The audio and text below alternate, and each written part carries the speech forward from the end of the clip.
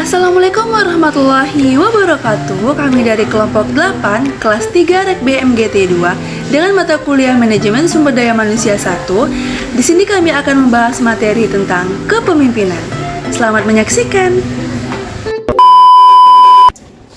Nama saya Muhammad Ami Kanza, NIM 210304289. Perkenalkan, nama saya Fairuz Azmi, NIM saya 210304266. Halo teman-teman, saya Firda Widya dengan NIM 210304264. Jadi ini nggak ada Apa dong?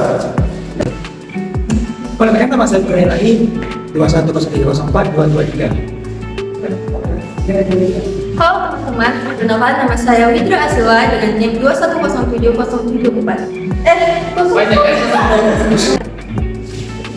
Halo teman-teman, perkenalkan nama saya Widra Asila dengan NIM 210304074.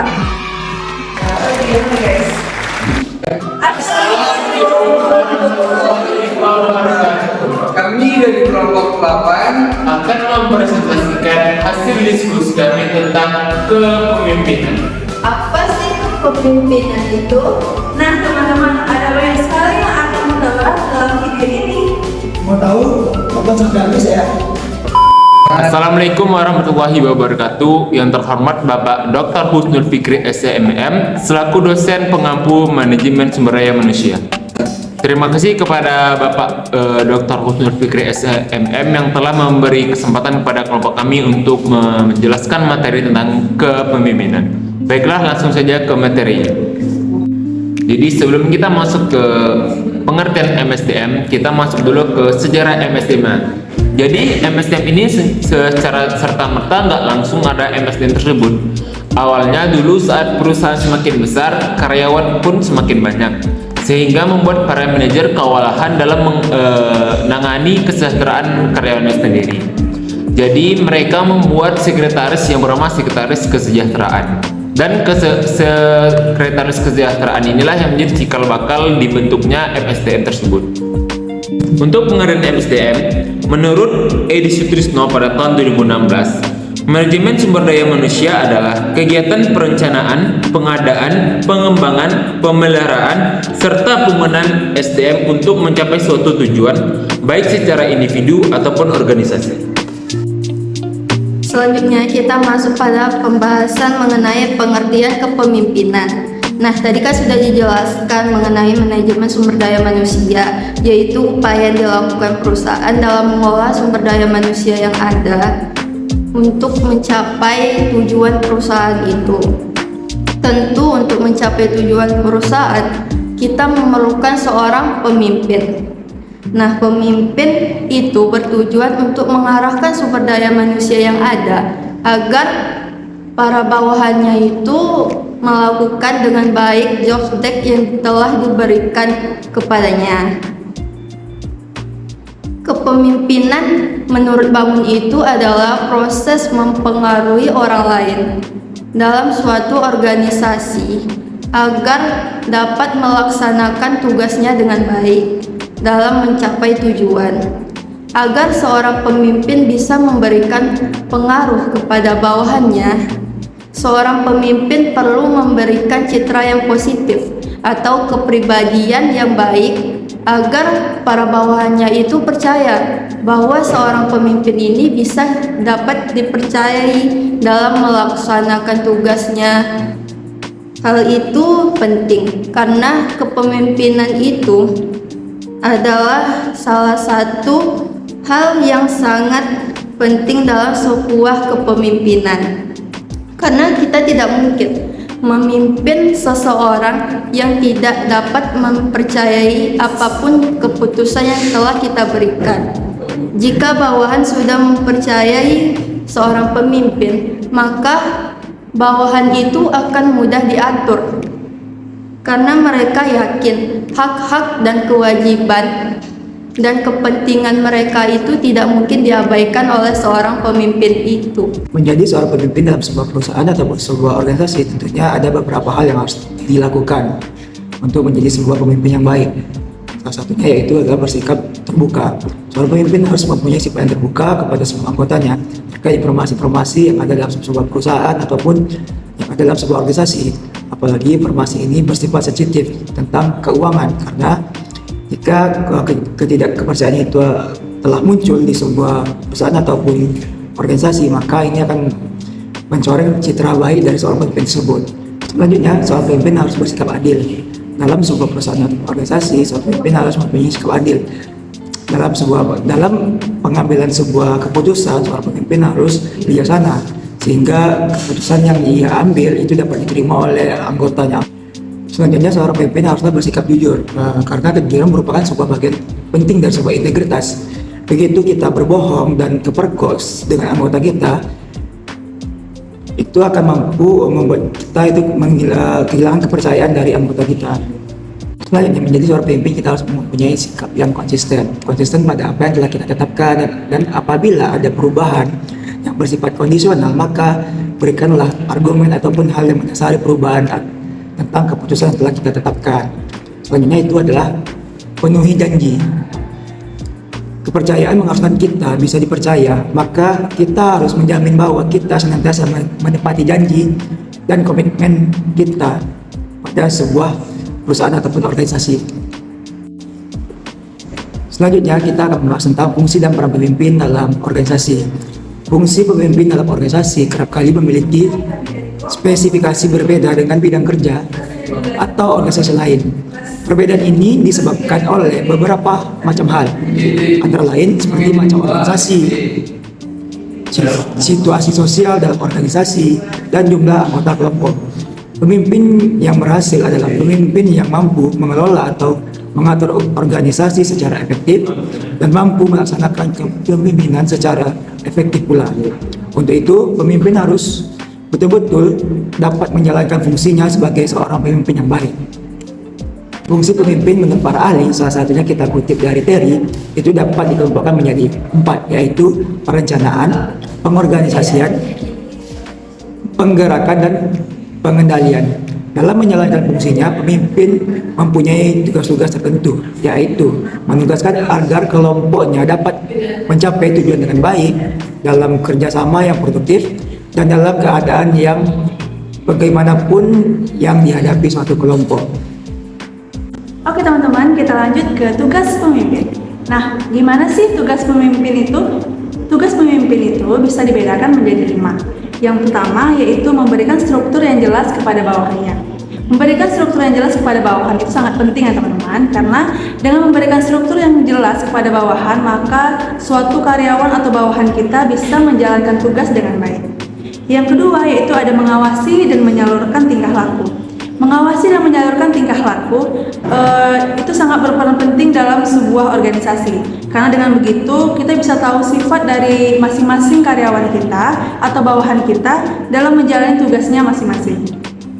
Yang ketiga yaitu ada merasakan dan menerangkan kebutuhan kelompok. Di dalam sebuah kelompok, kita sebagai seorang pemimpin harus bisa merasakan apa sih yang dirasakan oleh bawahan kita, apa sih yang mereka mau, dan apa sih yang sebenarnya yang mereka butuhkan dari seorang pemimpin seperti kita. Karena dengan begitu, dan kita mengerti bawahan kita, maka sebuah kelompok atau organisasi akan merasa mereka itu dipedulikan oleh pimpinannya. Selanjutnya yaitu penanggung jawab dan pembuat kebijakan organisasi. Selanjutnya yaitu ada pemersatu dan pemotivasi bawahan agar dapat melaksanakan tugas organisasi dengan baik. Seorang pemimpin yang baik adalah seorang pemimpin yang dapat memotivasi bawahannya agar bisa menjalankan tugasnya dengan baik. Bawahan yang selalu dimotivasi oleh atasannya, maka akan membuat si bawahan tersebut bisa lebih semangat lagi dalam bekerja. Selanjutnya kita masuk ke gaya kepemimpinan. Gaya kepemimpinan itu dibedakan menjadi 7 ya teman-teman. Yang pertama ada gaya persuasif, gaya represif, partisipatif, dan juga inovatif. Dari keempat gaya ini akan saya jelaskan satu persatu. Yang pertama yaitu gaya persuasif. Gaya persuasif itu adalah gaya seorang pemimpin yang menggunakan pendekatannya, menggunakan perasaan, pikiran, dan juga tingkah lakunya. Dengan gaya persuasif ini merupakan gaya yang terbaik dari semua gaya seorang pemimpin karena dengan adanya gaya persuasif membuat seorang bawahan akan menyayangi seorang pemimpin tersebut. Yang kedua yaitu ada gaya represif. Gaya represif adalah gaya kepemimpinan dengan cara memberikan tekanan-tekanan kepada bawahannya. Tekanan yang diberikan kepada bawahan akan membuat bawahannya tidak nyaman dalam bekerja. Yang ketiga, yaitu ada gaya partisipatif.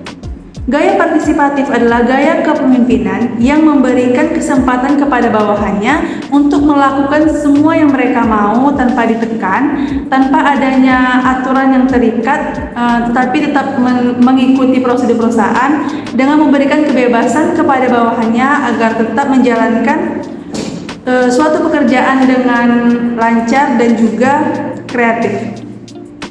Yang keempat yaitu ada gaya inovatif. Gaya inovatif yaitu pemimpin yang selalu berusaha dengan keras untuk membuat usaha-usaha pembaruan dalam sebuah perusahaan. Nah, gaya ini sangat-sangat diperlukan dalam setiap periode karena dengan begitu seorang pemimpin yang selalu melakukan pembaruan dalam setiap dia memimpin perusahaan, maka sebuah perusahaan itu bisa selalu berkembang dengan baik. Dengan adanya gaya inovatif ini membuat sebuah pekerjaan menjadi tidak bosan, terus karyawannya juga pasti banyak yang suka dan juga sebuah perusahaan juga pasti bisa lebih baik dan lebih maju lagi. Oke, yang kelima ini adalah gaya edukatif. Apa sih gaya edukatif? Gaya edukatif ini adalah gaya yang harus dimiliki dari seorang pemimpin dalam menyampaikan sesuatu keterampilan dan pendidikan kepada bawahannya. Seperti keterampilan apa sih yang harus disampaikan pemimpin itu kepada bawahannya? Seperti keterampilan dalam berpakaian, keterampilan dalam berbicara, dan keterampilan lainnya.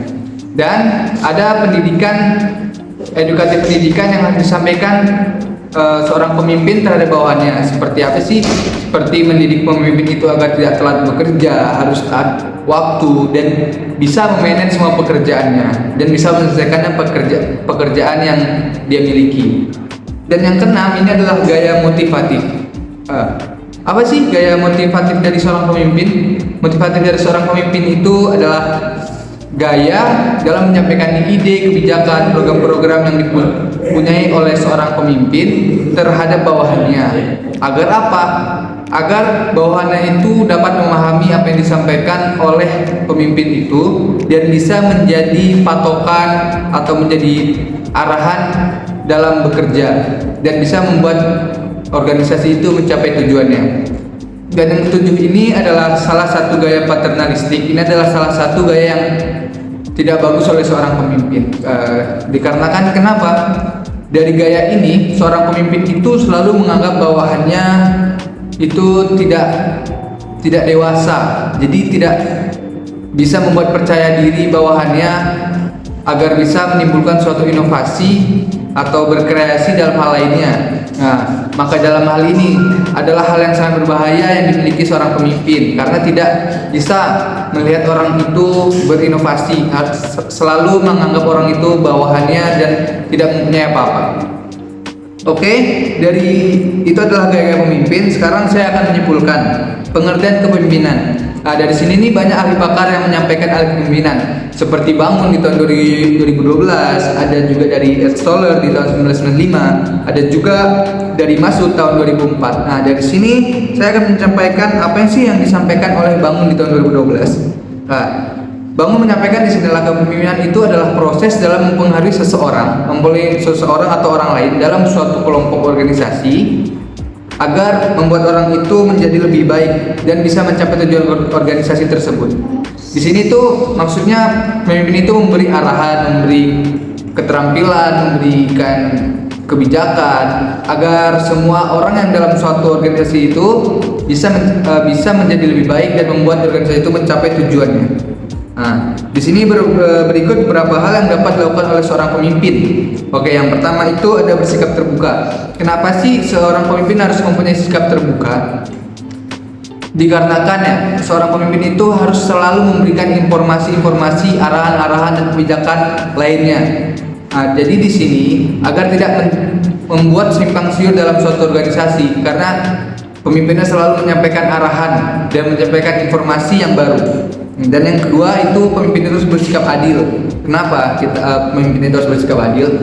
Karena adil ini bisa membuat kita memilih suatu tindakan dan kita bisa mempertimbangkan apakah ini tidak menjadi berat sebelah atau berat sebelah dan tidak menimbulkan rasa cemburu di antara bawahnya satu sama lain. Dan yang ketiga itu adalah jujur. Kenapa seorang pemimpin harus jujur? Apabila seorang pemimpin sudah terlatih berbohong dari pertama, maka tahun ke tahun organisasi tersebut akan selalu berbohong. Dan ujung-ujungnya membuat organisasi tersebut tidak bisa mencapai tujuan-tujuannya. Nah, maka dari sini suatu organisasi itu harus dilatih dan seorang pemimpin harus mempunyai sifat kejujuran agar selalu berkata baik dan berkata tidak berbohong terhadap satu sama lain. Konsisten. Yang keempat, konsisten. Seorang pemimpin itu harus konsisten. Konsisten terhadap apa? Terhadap omongannya. Misalnya dia bilang, kalian tidak boleh telat kepada bawahannya, maka pemimpin itu harus tidak boleh telat. Dikarenakan konsisten ini adalah salah satu sifat yang penting. Dikatakan kalau konsisten ini sudah selalu melakukan hal baik tersebut, maka organisasi tersebut akan mencapai tujuannya dan menjadi organisasi yang bagus. Dan yang terakhir itu penuhi janji. Penuhi janji ini sama dengan amanah, dan yang kita ketahui sama dengan sifat Rasul, amanah, fatonah, dan sodik. Oke, karena penuhi janji ini banyak kita lihat dari pemimpin kita sudah terpilih dari rakyat, tidak bilangnya akan mensejahterakan rakyat, ternyata sudah waktu dipilih mereka tidak mensejahterakan rakyat, malah seperti menaikkan BBM, seperti hal-hal yang lainnya yang membuat rakyat itu malah terpuruk. Nah, maka dari hal ini harus dilihat seorang pemimpin itu harus bisa memenuhi janji-janjinya, omongan-omongannya yang telah dia bicarakan kepada rakyatnya. Oke. Dari pengertian materi kepemimpinan ini, kita tahu lebih baik, ada pepatah mengatakan lebih baik menjadi kepala seekor teri daripada menjadi ekor seekor paus. Karena apa? Pemimpin itu bisa membuat diri kita lebih baik, dan kita harus menjadikan bawahan kita, organisasi kita itu juga memberikan manfaat terhadap lainnya. Oke, mungkin ini saja dari saya. Assalamualaikum. Apa? 10 menit cuma kau. 10 menit cuma no.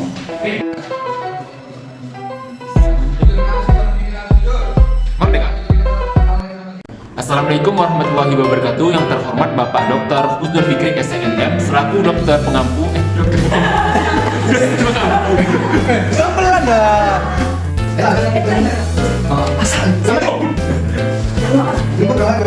Jadi kita hari ini bakalan presentasi tentang MPTN.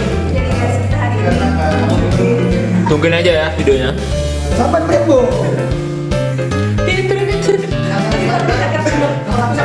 Itu maka seorang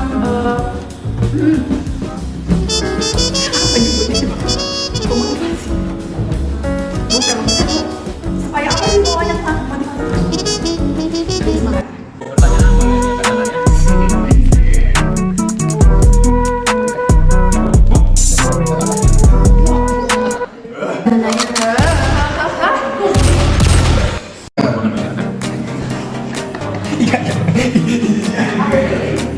Ini yang ada padanya. Fungsi pemimpin untuk fungsi pemimpin untuk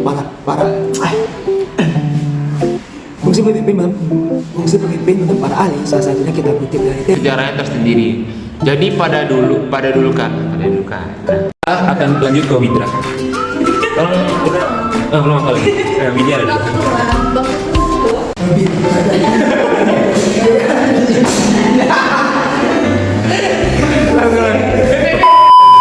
Nah, baiklah segitu saja dari kelompok kami tentang materi kepemimpinan. Terima kasih sudah menonton. Sampai ketemu di video selanjutnya. Bye bye. Thank you for watching. Semoga bermanfaat. Wassalamualaikum warahmatullahi wabarakatuh. Bye bye.